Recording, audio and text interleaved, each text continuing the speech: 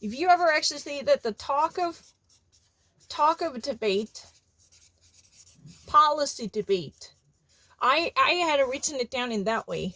The talks of a policy, but I actually cross it out. I actually move on and start it all over again.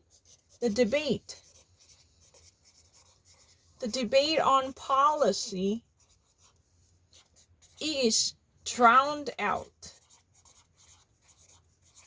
So I later paraphrase it as siphoned out. It's no longer existent.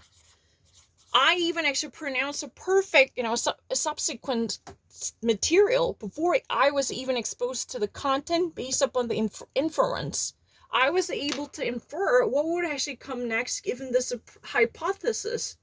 Oh, if the debate on policy is drowned out and Donald Trump actually relies on dirty tricks and mockery, then what would actually come next?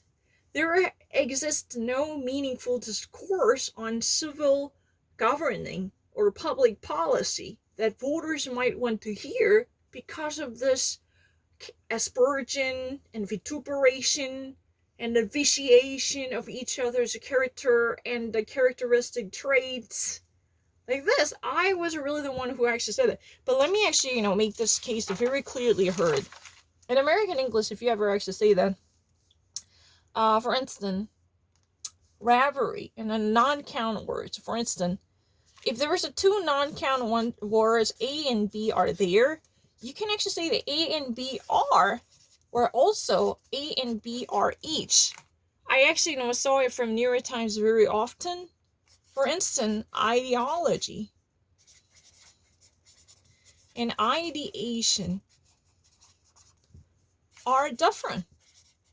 If you really want to actually emphasize a discrete attribute of each word, you can say that ideology and ideation are different. But if you ever wanted to actually consider them together, more like conjoin them as a very abstract understanding or a conceptual notion, then you can actually say that ideology and ideation is mutually compatible, or even synergetic. This kind of understanding is possible. I'm not lying. You know what? Don't try to actually say that my grammatical understanding is lesser than you. Ideology and ideation is mutually compatible or even synergetic. This kind of setting is perfectly fine. If you are actually having a two so-called abstract nouns, it depends upon your perspective. If you really want to specify each case by making exemplary features attached to the concept or the notion, you can say that A and B are different. But if you really wanted to actually think of it in a holistic sense, if you really wanted to focus on untangible aspect of it, then you can actually see that ideology and ideation is mutually synergetic. You can say is, as long as these are non-countable. And non-countable means not quantifiable. It's really true. I'm not lying. 사실이에요. I saw it. I saw that kind of sentences very often in American English. No, I'm not lying. I'm not really crazy. I'm not really lesser. No, new tab. No, I never see it again. 다시 본 적 없어요. No, never. No, infinite jest, no.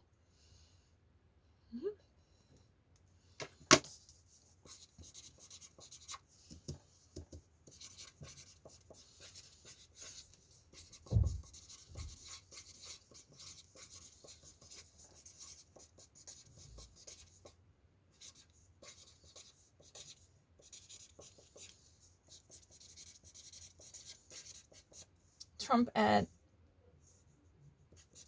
the first debate. Oh, I know.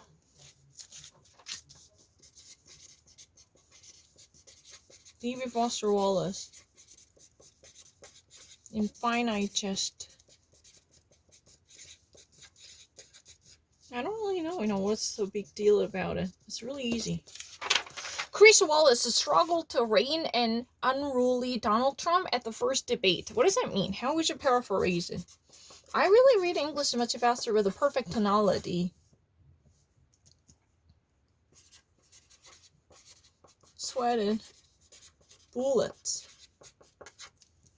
in his futile attempt to control or tame incorrigible Trump.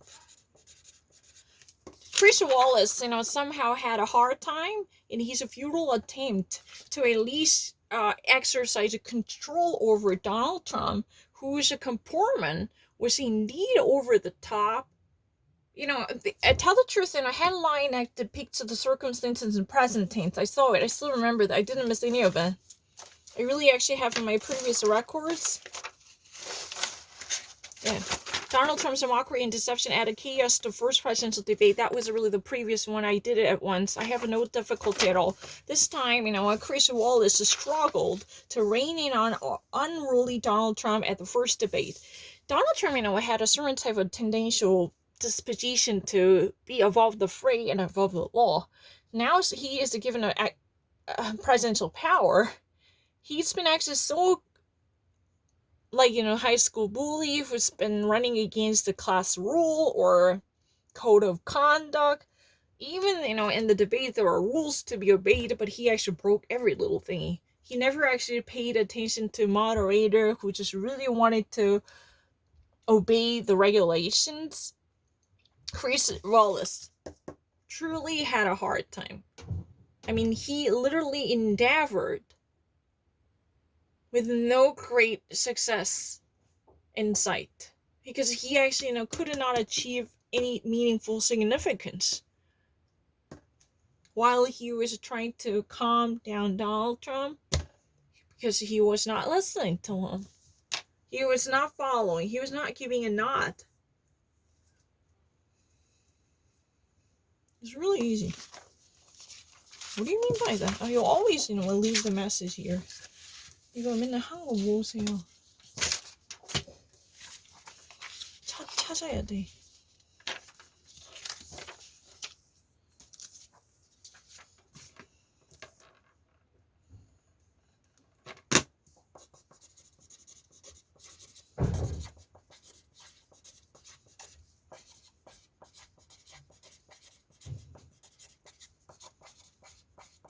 Donald Trump and Biden on a coronavirus vaccine. Donald Trump truly multiple times promulgated the arrival and advent of a coronavirus by the end of this year, at least in early 2021. But Biden was more cautious by never watching this debate because there was a guest in my house, so I had to act together with the rest of my family members. It's really easy. I don't really need to think about any of them. Is there any meaningful sentence? Mm-hmm.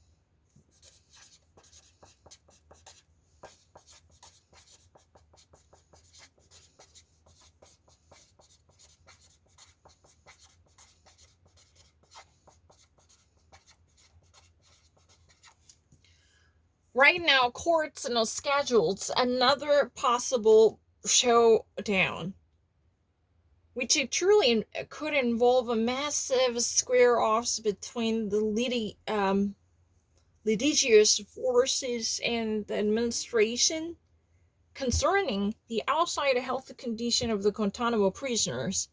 In Cuba, there was a Guantanamo Bay, but this is really the cradle of the United States torture system.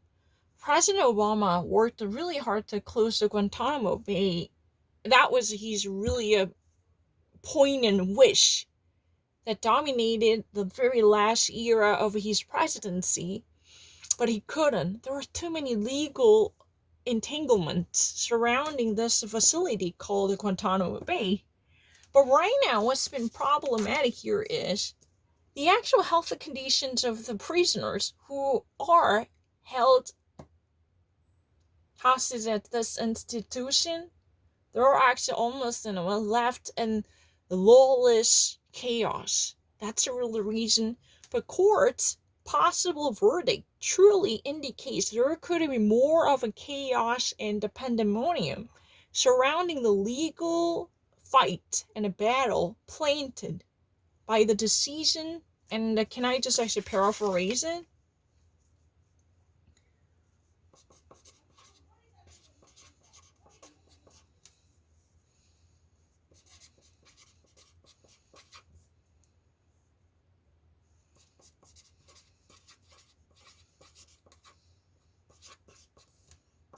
Quandary. Quandary? No, it's not gray. Quandary is not a proper word. No, I don't think so. That's not really difficult situation. 알겠다. 잠깐만. Sets up. No.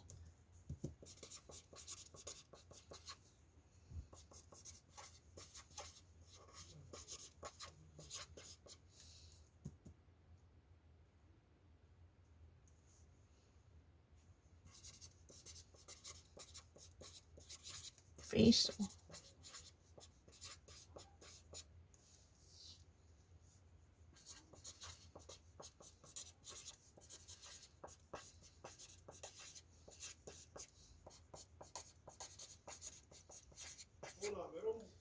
알겠다. Warfare inmates at the Guantanamo Bay. The court plans the seizure of Roscoe Faso. Because of the possible pending court decision, there could be much more developing cases surrounding the litigations and the legal disputes concerning the human rights and the health conditions of the prisoners who are likely to be in the facility because of their terrorist plots and schemes busted by the United States. I don't know, like, can I actually paraphrase it once more? It's not beautiful. Because they're actually calling me. It's really annoying.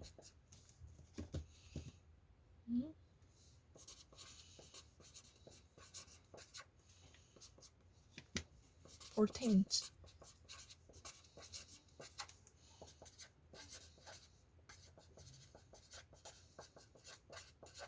Decision ruling to come. 14th. If you ever actually want me to write it down.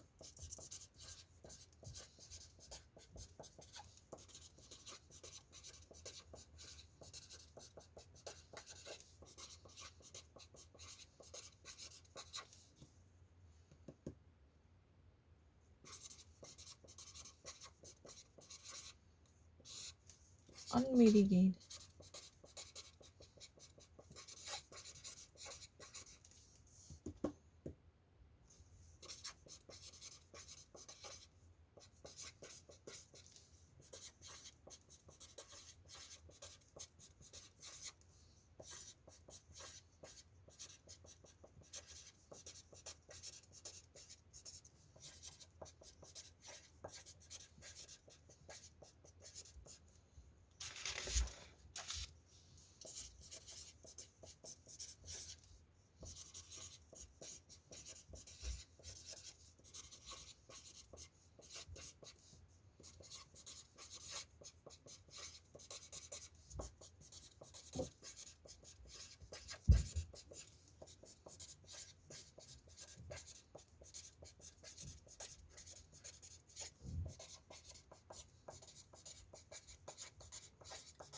So there are many of terrorists who are actually misrepresented, or their habeas corpus rights are violated. They were never been fully represented, or these are really kind of the people who truly breached the national security of the United States. For that reason, President Obama's effort was truly demolished in the face of the wall. higher and loftier than the mountain Everest. Truly, one national security advisor said in that way. Because, there are legal entanglements and tied knots that should have been resolved ahead of time before actually finalizing the closure and the demolition of the Guantanamo Bay prison. But there are so many people who are actually, caught up in the litigious labyrinth. They're actually going through the procedures of appeals. Their cases should be heard, but they're actually, somehow, finding a way to get their access to the core. But this type of readjustment would take multi-years, and it could not actually be done by a simple executive office. That was really the reason. But the core probable ruling pertains an unmitigated square-off between the executive and the judicial branch over the welfare and will of the long-term inmates at the Guantanamo Bay prisoner. That's a really kind of connotation that I actually get. What would this might be? You want to see? Yeah, I can read it. 이게 뭔지 보죠, 그러면. I don't really need to think about it. I can actually read it. Oh, my God.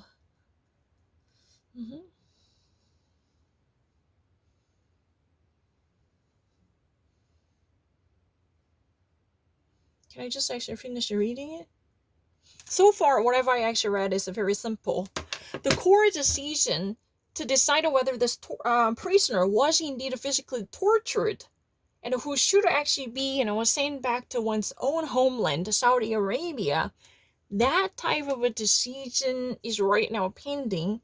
And this, consequential ruling could truly foment disputes over the well-beings and the health conditions of the inmates detained in the facility for so many years with no proper access to medical system.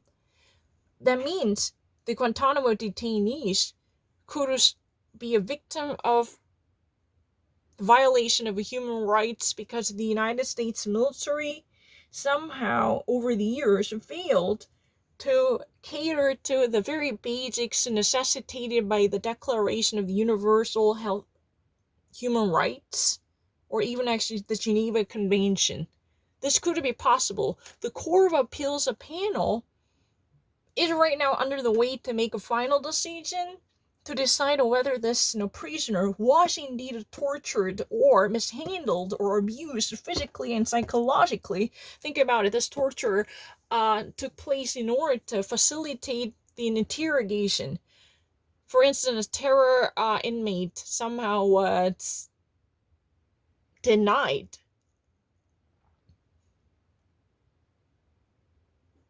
in his attempt to have a decent night. I mean, that means he just really wanted to have a tight sleep, but he was put up on a sleep deprivation torture like this. That kind of a mishandling, mistreatment could be a violation of human rights. But this decision can only be made by the Court of Appeals panel, and it's really under the way. But the problem is, whether this truly took place or not is really the question. And that person should be sent to or repatriated back to Saudi Arabia is another controversial issue at stake. You understand that this person who was tortured, that person should be sent back to his own country.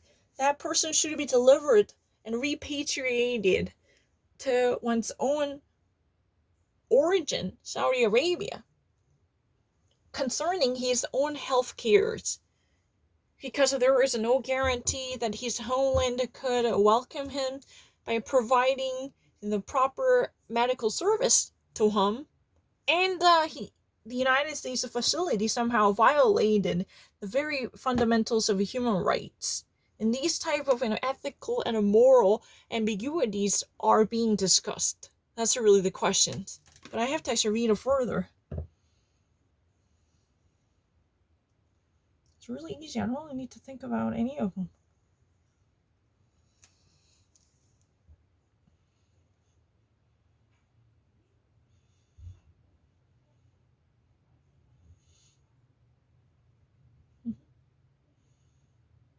What are you doing?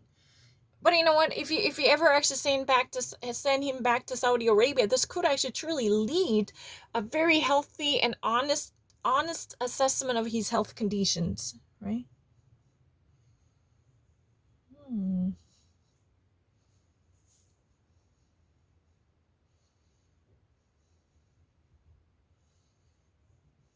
Oh, why would you actually prevent me from watching it?